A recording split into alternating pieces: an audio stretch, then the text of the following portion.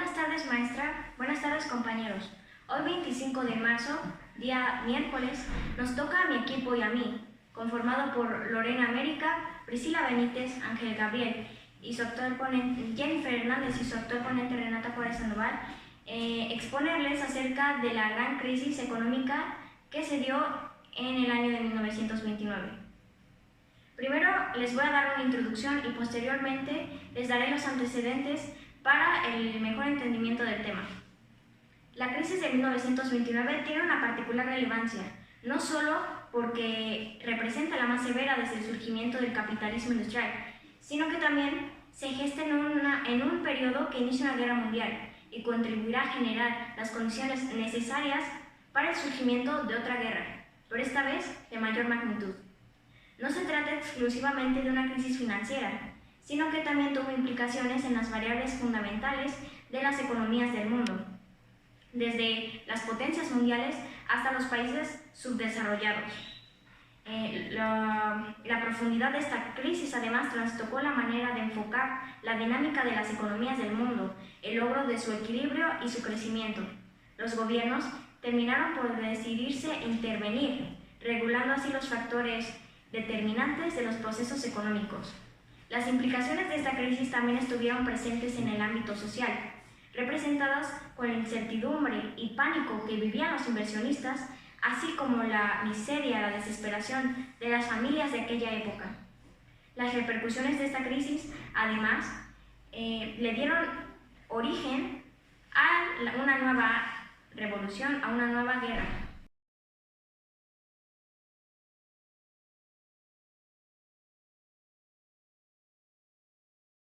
Ahora les voy a hablar acerca de los antecedentes que dieron origen a la gran crisis de 1929. Hay dos procesos que anteceden a la gran crisis. El primero es la Segunda Revolución Industrial, el segundo es la Primera Guerra Mundial. La Segunda Revolución Industrial fue el producto de los grandes avances tecnológicos, avances científicos y técnicos que llevó a un incremento en la producción, el consumo y el comercio.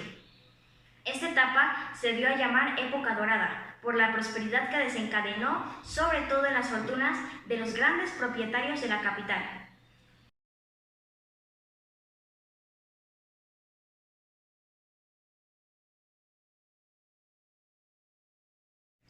Por su parte, la Primera Guerra Mundial, además de exorbitantes gastos en industria bélica y pérdida de vidas humanas, ocasionó grandes endeudamientos y contradicciones políticas en Europa, presentes hasta la década de 1920. Por ejemplo, la caída del Imperio Austrohúngaro y el Imperio Turco-Otomano ocasionaron fuertes divisiones políticas por los conflictos interétnicos que ahí sucedían, además de fragmentaciones comerciales, el establecimiento de nuevas fronteras y por lo tanto el surgimiento de nuevos países, dejando a estas naciones en desempleo, pobreza y por lo tanto hambre. En Rusia, la revolución abolió el régimen feudal, enfilándose a uno socialista. Además, la guerra civil rusa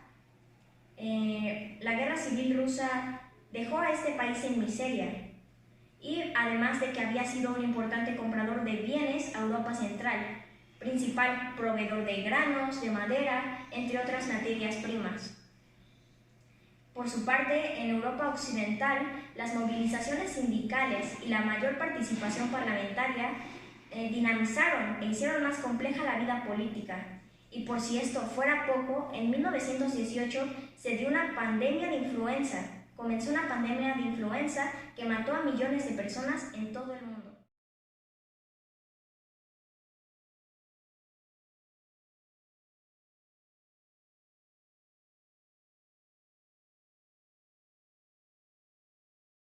Las múltiples tensiones y luchas sociales dificultaron la coordinación de medidas orientadas a resolver la crisis.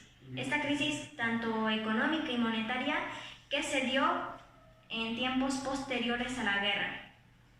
A la intención de lograr la cooperación internacional para lograr restablecer las economías de estos países y minimizar la crisis, se opusieron políticas nacionalistas, así como la idea de que regresar al patrón de oro sería una buena manera de restablecer la prosperidad que tenían antes de las guerras.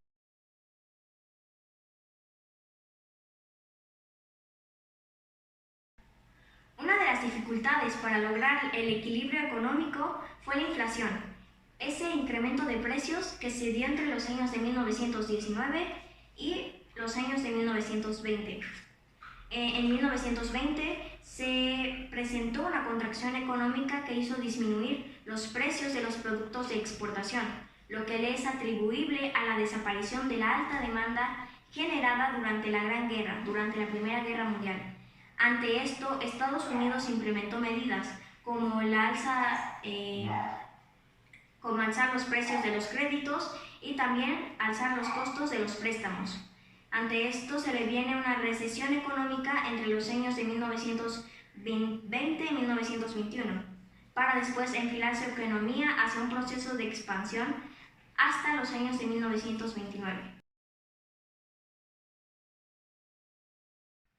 Por su parte, tanto en Rusia como en los demás países del Imperio Austrohúngaro la inflación fue exorbitante, pero fue en Alemania donde la inflación tuvo sus efectos más severos, con la pérdida del valor del marco, circunstancia que fue utilizada por los gobiernos para no pagar las deudas en cuanto a reparaciones de guerra que tenían con los países de Francia e Inglaterra. El pago impuesto a Alemania por los países ganadores de la Primera Guerra Mundial representó una suma que simplemente este país no podía pagar.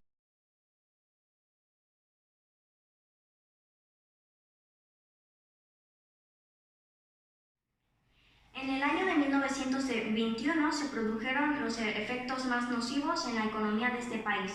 El incremento de precios, problemas en la recaudación de impuestos por la oposición de empresarios y sindicatos obligó al gobierno a acelerar la emisión de monedas y por lo tanto se produjo una inflación extrema entre los años de 1922 y 1923 con la consiguiente devaluación del marco. Esto hizo que Francia no pudiera pagarle a Gran Bretaña las reparaciones de guerra y por lo tanto ninguna de estas dos podría pagarle a Estados Unidos.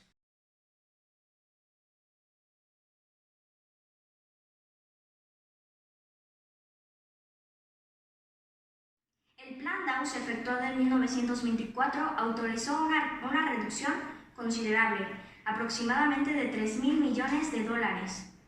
Estados Unidos además realizó varios préstamos a Alemania, pagándole así prácticamente las deudas. Es decir, se podría decir que Estados Unidos pagó totalmente las deudas alemanas. Esto favoreció el regreso del patrón de oro y en el cual solo algunos países estaban regidos, incluyendo Estados Unidos. Ahora, los bancos centrales podían acumular grandes reservas en oro y cambiarlos posteriormente por divisas o monedas extranjeras.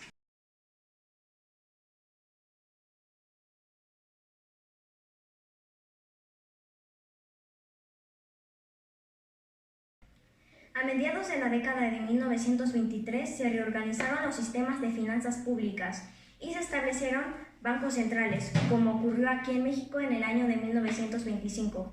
Nueva York desplazaba a Londres como centro financiero, tratándose así de una operación triangular. La estabilidad monetaria lograda hacia mediados de la década de 1920 fortaleció en Europa y Estados Unidos, incrementó el comercio multinacional y se expandieron en empresas multinacionales. El impulso industrial introdujo confianza a los inversionistas de la bolsa de valores. El crecimiento económico, el bajo desempleo y la inflación eran la base de la confianza de los inversionistas. Se expandió así el crédito, mucha de la cual fue especulación bursátil.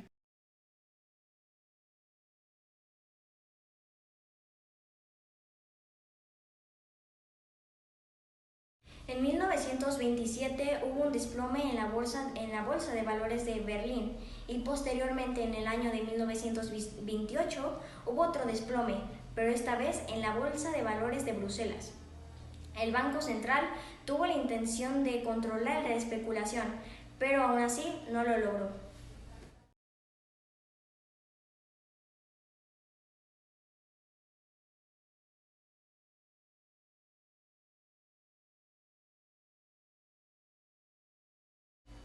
El patrón oro impactó negativamente las tendencias mundiales, en tanto impulsaba a los banqueros a acumular mayores cantidades de reservas en oro, también motivados por la Reserva Federal de Nueva York y el Banco de Francia. Entre Estados Unidos y Francia lograron acumular hasta el 60% de todas las reservas de oro del mundo, dificultando a los demás países a la adquisición de este y por lo tanto dificultando saldar sus deudas.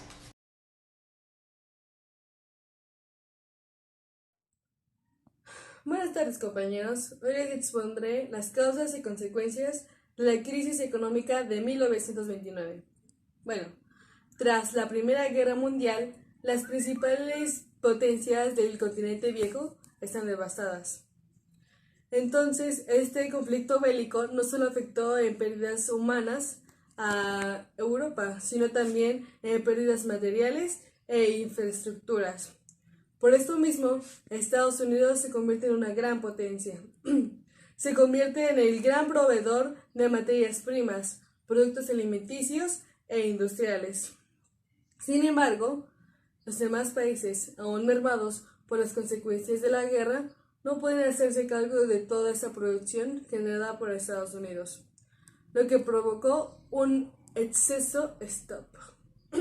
Por otro lado, para costear la guerra económicamente, al país norteamericano se le ocurre emitir unos bonos llamados bonos libertad, los cuales te decían que si los comprabas, posteriormente el gobierno te los pagaría con intereses. Esta oportunidad llamó mucho la atención a muchos ciudadanos, por lo cual hizo que estos se convirtieran en un público inversor que por supuesto antes no existía. Y al ver esta oportunidad, los bancos empezaron a sacar más y más bonos corporativos y comenzaron a ofrecer nuevos productos financieros, los cuales se vendían a cualquier tipo de personas. Un mayor representante de todo esto es Charles Mitchell, el cual era el presidente del National City Bank. Es uno de los precursores del bono corporativo y al que se le atribuye que posteriormente surja el crack de la bolsa. Tras comprobar que los bonos libertad produjeron un público inversor, estos mismos se vendían más con la frase de que estas inversiones eran seguras y con muy poco riesgo.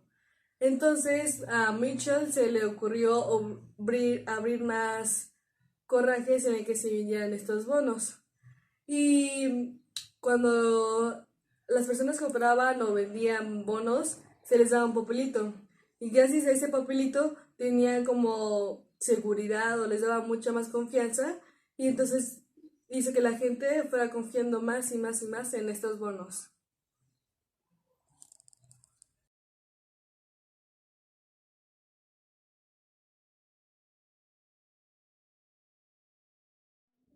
Conforme la confianza aumentaba sobre estos bonos, iban comprando más y más estas acciones. Entonces, con el auge de la inversión, más la Reserva Federal que ofrecía créditos muy bajos, el endeudamiento iba creciendo.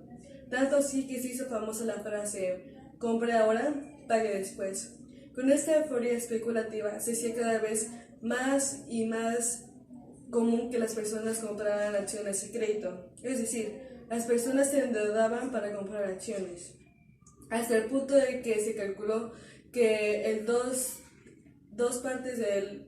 terceras partes de lo que invertían a estas acciones era con dinero prestado. Gracias a esta furia hizo que las acciones aumentaran sus precios a algo muy realista y fuera de lo que en realidad costaban. Y eso produjo una burbuja de inflación. y esta fue aumentando desde 1924 hasta triplicar su valor. Pero en 1928, los queridos años 20 empezaron a dar signos de que algo se estaba deteriorando. Entonces, esto se vio reflejado en los almacenamientos, ya que sí había mucha mercancía, pero seguía guardada debido a que no se podía vender. Entonces,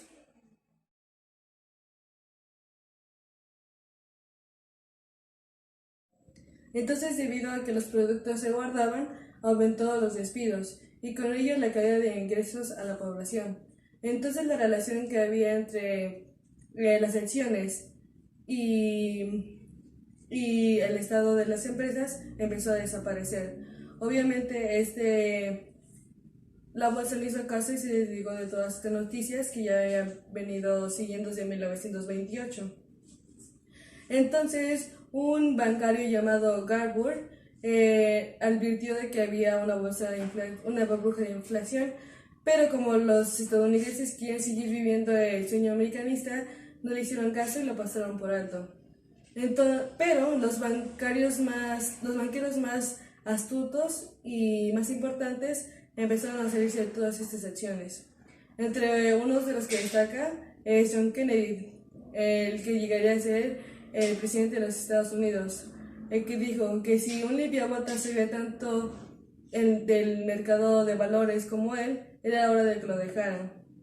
Entonces, como la confianza estaba puesta en todos estos bonos, cuando explotó la burbuja, por así decirlo, ya no habría nada que hacer. Entonces, el 23 de octubre de 1929, la bolsa sufrió de la nada un desliz del 7% en una sola sesión.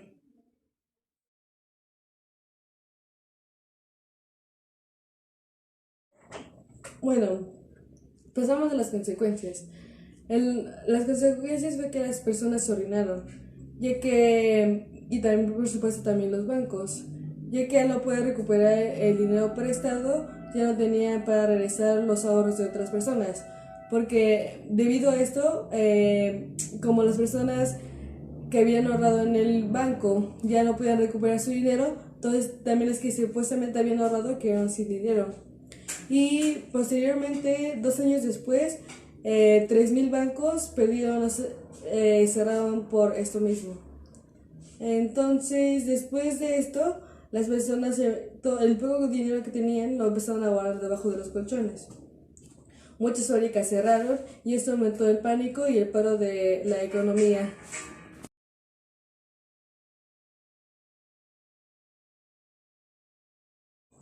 Bueno, para finalizar les voy a hablar sobre las consecuencias.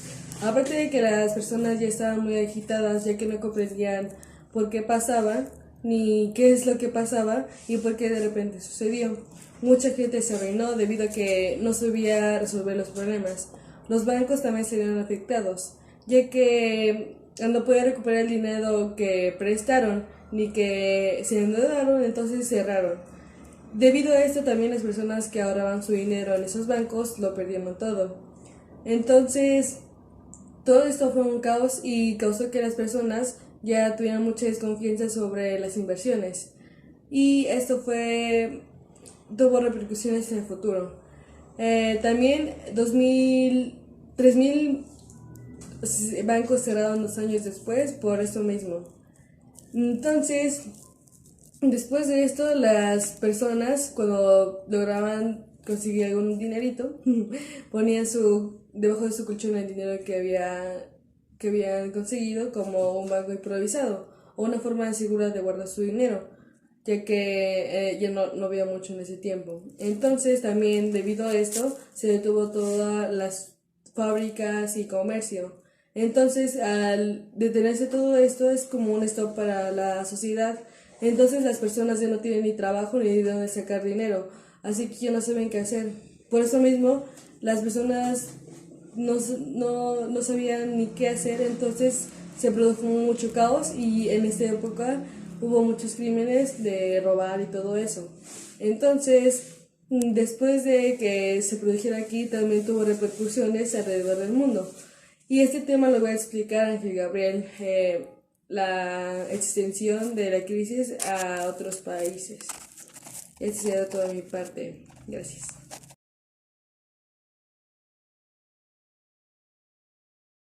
Detrás de la apariencia de brillante prosperidad que se encontraba en Estados Unidos en la década de 1920, se encontraron ciertos aspectos negativos en la economía, los cuales no eran vistos por el gobierno ni por la entusiasmada sociedad urbana, o bien eran considerados de escasa importancia, entre ellos la más importante fue la situación financiera.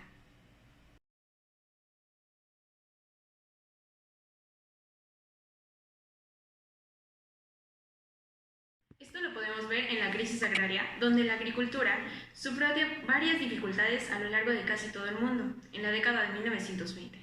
Durante las guerras se redujo considerablemente el aumento del trigo. Esto lo llevó a que, consecuentemente, el aumento de su precio mundial. Esa coyuntura fue aprovechada por los campesinos de otros países, los cuales fueron Estados Unidos y Canadá, que pidieron dinero prestado para el cultivo de nuevos campos.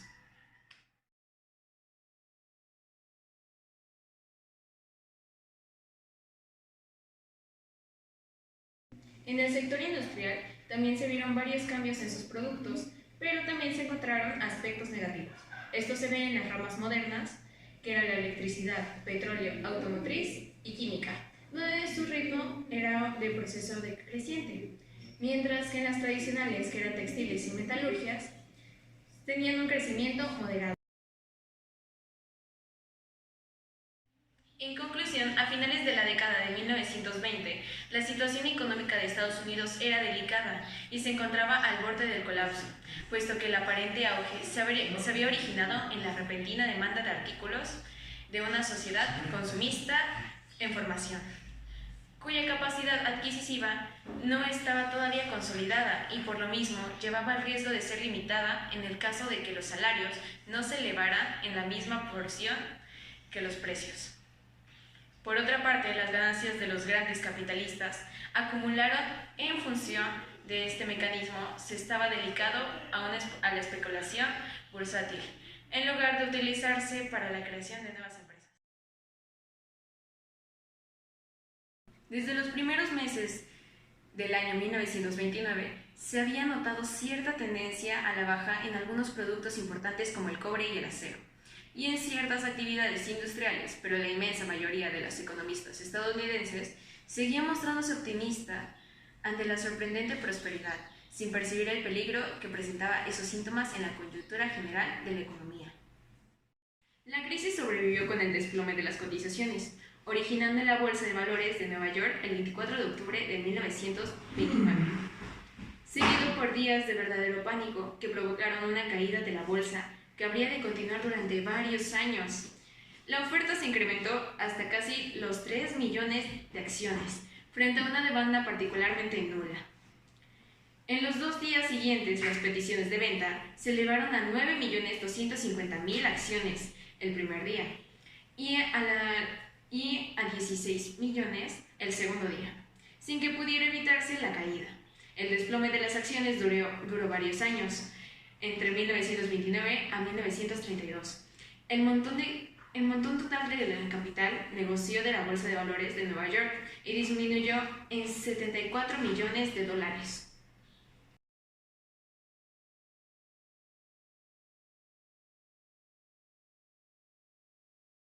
De la crisis bursátil a la crisis económica. Tras la bancarrota de la crisis bursátil, siguió la crisis bancaria. Esto se originó debido al temor de quienes, tras no poder vender sus productos, originó a que inmediatamente quitaran sus depósitos del banco. A los primeros días, el banco daba reembolsos a sus proveedores, pero tras la falta de dinero, los llevó a su cierre. Esto provocó un quiebre total.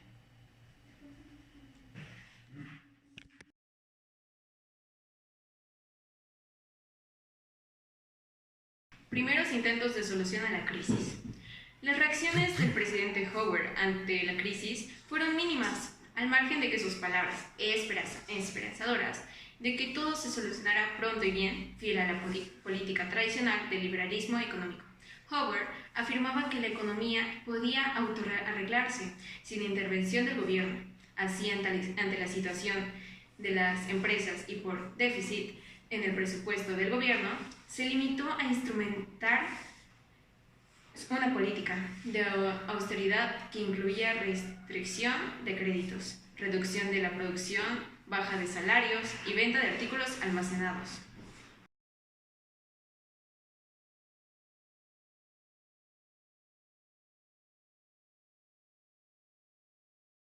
Suponiendo que de esta forma sobrevivirían los más aptos y se alcanzaría el equilibrio presupuestario del gobierno, pero esta política produjo el efecto contrario, porque además de que satisfaciera la clase trabajadora, no atacaba a fondo el problema, que en esos momentos era principalmente el subconsumo, sino que colaboraba con agudizarlo.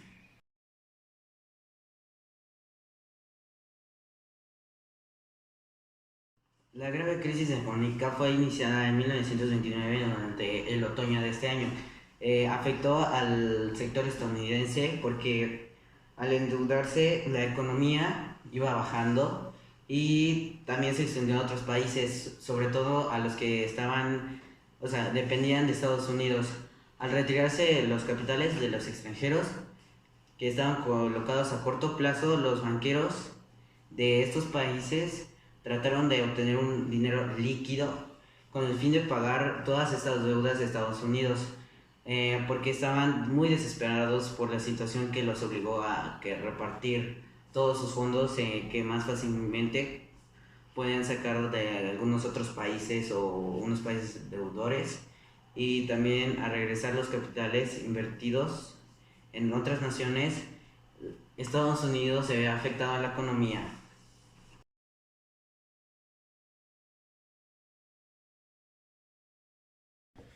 En Gran Bretaña, los efectos de la depresión tuvo gran repercusión porque hicieron sentir rápidamente que desde 1930 la cifra de desempleo aumentó a casi 3 millones. El gobierno laborista tuvo muchas dificultades para enfrentar el problema, ya que los que estaban protestando, que estaban dentro del laboralismo, y los sindicatos aumentaron, lo que obligó que se creara una alianza con otras fuerzas para formar un gobierno nacional. Dicho gobierno se concentró en defender las repercusiones o exportaciones y aumentar la producción y racionalizarse, o sea, que la producción fuera más alta y que se dividieran dichos productos en partes equitativas. En la segunda mitad de la década de 1930, cuando se dio un comienzo al reclutamiento militar, que estaba unido en un extenso programa de fabricación de armamentos. Eso quiere decir que la economía bajó gracias a que el gobierno decidió comprar armamentos para participar en la guerra y hicieron reclutamientos militares. Esto permitió absorber a la población sin empleo, además de que Gran Bretaña se enfrentaba a luchas en Irlanda, en India, Egipto y Palestina, cuyas poblaciones también eran afectadas por la crisis económica. Sus refuerzos para hacer realidad su libertad hicieron que de esta manera ante el derrotamiento del Imperio Británico se desembarcaba en un medio de las fuertes presiones políticas y económicas que caracterizaban la década de 1930. El siguiente subtema se llama Francia y la depresión económica y el gobierno de Frente Popular. Debido a su poca conexión con el mercado mundial, la economía francesa se vio menos afectada en un primer momento, ya que en los años de 1981 y 1982 se vio un declive de la producción y de las exportaciones, así como otro declive de la quiebra de las empresas y el aumento del desempleo. Ante el crecimiento de los grupos de la derecha con Italia y Alemania, en 1984 se creó una coalición liderada por socialistas y comunistas. Esto le dio triunfo al gobierno del Frente Popular, que estaba encabezado por Leon Blum.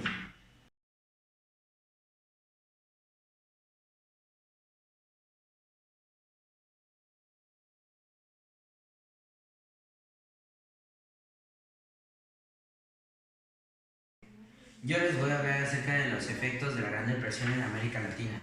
En los países no industrializados y en que estaban en proceso de industrializaciones, como los países de América Latina y otros diferentes países, la Gran Depresión tomó diferentes medidas de acuerdo con su gran desarrollo capitalista o según cómo se manifestaban en diversos factores como los sociales y políticos internos. Y como todos los países del mundo se vieron afectados por la gran crisis, la paralización de inversiones del capital extranjero tuvo efectos de particular gravedad en diferentes naciones como México, Brasil y Chile, porque estos dependían del crédito de Estados Unidos, tanto como de otros países, sino también como el comercio. La depresión mundial afectó también en los sistemas políticos latinoamericanos, muchos de los cuales sufrieron golpes militares o por intentos de estos golpes militares. En este periodo, 1930 y 1933, los militares habían buscado el poder o lo habían tomado en Argentina, Brasil, Chile, Perú, Guatemala, El Salvador, Honduras y Cuba. Quizá resulte, no sé, un poco exagerado por todos estos efectos económicos que tuvieron esos países y causaron movimientos políticos. En este contexto, las masas populares estaban en este contexto, las masas populares que estaban en crecimiento se fueron disminuyendo su crecimiento, ya que con el consecuente descrédito para los países que dependían de otros países grandes, no tuvieron se puede decir, suerte de contar con este dinero o comercio, con la esperanza de que los militares que entraran a los países que estaban afectados en la década de 1930, el ejército reafirmó sus consecuencias o sus consecuencias y efectos que tuvieron estos países de América Latina.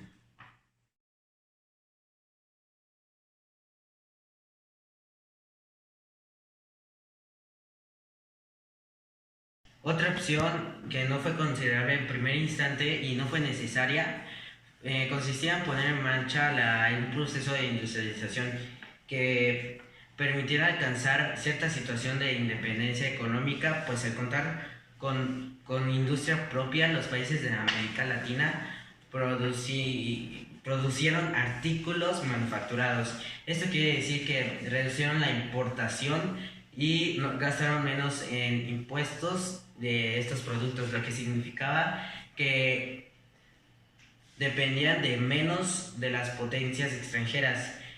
A producir bienes industriales, además de cultivos agrícolas y otras como minerales, las economías latinoamericanas producían a llegar a ser autoeficientes. Esto quiere decir que solo dependían de sí mismos y estar menos expuestas a sufrir los efectos de la crisis mundial. Esto quiere decir que no dependían de otros países y así no se veían afectados. Entonces la industrialización implicaba que la creación de empleos la creación de empleos para las clases trabajadoras en continuo crecimiento en tamaño e importancia desde el siglo XX. El proletariado latinoamericano, el cual se concentraba más en las ciudades metropolitanas, por ejemplo, Ciudad de México, las que más dependían los países, seguían luchando por organizar y sostener un movimiento sindical, se podría decir, y encontrarse con la generación anterior trataba de ejercer el poder como fuerza social. Por ejemplo, en Chile, los movimientos sindicales se vieron relativamente libres de la intervención del gobierno, tanto en otros países como por ejemplo México y Brasil. Los políticos reconocían el trabajo como un recurso político en potencia y tomaron parte directa en estimular y controlar las organizaciones obreras.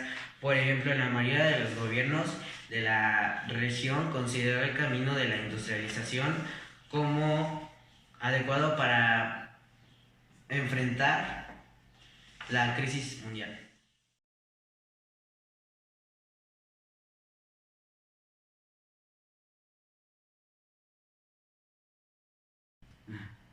Bueno, el New Deal se desarrolló entre los años de 1933 y 1938 y es un término que se traduce como un nuevo trato y se basaba en las teorías de John Maynard Keynes. Su teoría consistía fundamentalmente en tratar de aumentar la compra de los consumidores y esto generaba una déficit se puede decir, en el presupuesto económico del Estado. Al inicio del gobierno de Franklin Roosevelt, el Congreso de Estados Unidos aceptó sin ninguna protesta ni reclamo los proyectos del Ejecutivo y todo esto fue para poner en marcha la primera fase del New Deal.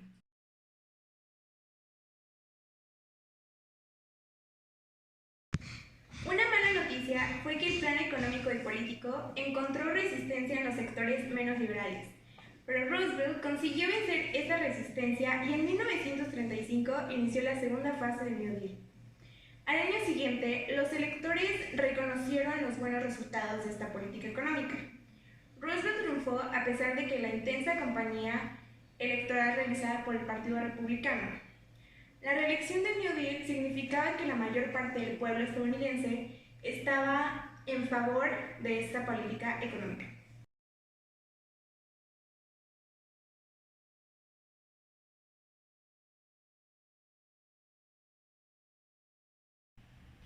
Bueno, para 1937 se habían recuperado los niveles de producción de 1929 y lo más importante de esto es que la crisis se había quedado atrás. El segundo enfrentamiento bélico mundial sería el factor ante la necesidad de fabricar mayores cantidades de armamento. Y esto daría un fuerte impulso a la industria estadounidense y solucionaría definitivamente el problema del desempleo provocado por la Gran Depresión.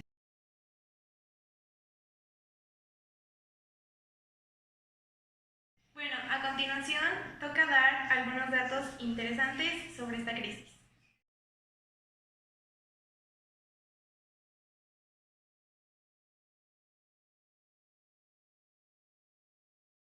Bueno, una de las características de la crisis económica de 1929 fue que tuvo un efecto internacional. Esto afectó a grandes naciones desarrolladas y subdesarrolladas. La segunda fue que tuvo una larga duración, una década o más en algunas naciones. La tercera fue que no había una única solución, pues todo dependió de las circunstancias de cada país. Otra de ellas fue que influyó en la política exterior de las grandes naciones europeas. Otra de ellas fue que permitió crear mecanismos de control y respaldo que pueden evitar o enfrentar una situación económica similar. Una de las características fue que se produjo desde la caída de la Bolsa de Nueva York, Estados Unidos, se extendió internacionalmente hacia todos los países del mundo. Otra característica fue que duró 4 años en Estados Unidos. Sin embargo, sus efectos en el resto del mundo continuaron hasta el año de 1940. Otra fue que las dificultades económicas y sociales durante este periodo condujeron a grandes cambios políticos en casi todas las regiones. Y la última fue que el sistema financiero se vio afectado luego de una gran época para la economía. Por lo tanto, se conoce a la Gran Depresión como una burbuja financiera. Bueno, algo que era muy tradicional durante la crisis de 1929 fue que consistía en tirarse por un puente o por la ventana, y esa era la segunda forma más común en Nueva York. Entre los años de 1921 y 1931, la epidemia de saltos suicidas debido al crack era un mito. Hoy, actualmente, en Estados Unidos, hay una tradición del Black Friday, que en español se conoce como Viernes Negro, y se trata de que todas las tiendas minoristas y de grandes almacenes se van a bancarrota y tienen precios súper bajos. Esto es conmemorando a la tradición de la crisis de 1929, y esta tradición actualmente existe.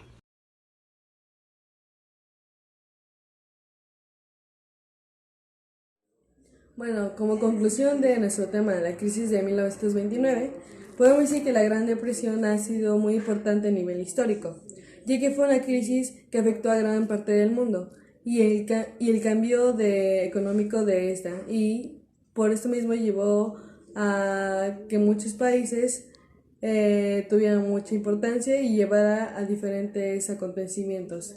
El concepto de la Gran Depresión da nombre a la época de la peor economía, la cual se destacó por la quiebra de la bolsa de New York, puesto que muchas personas quedaron desempleadas o en bancarrota.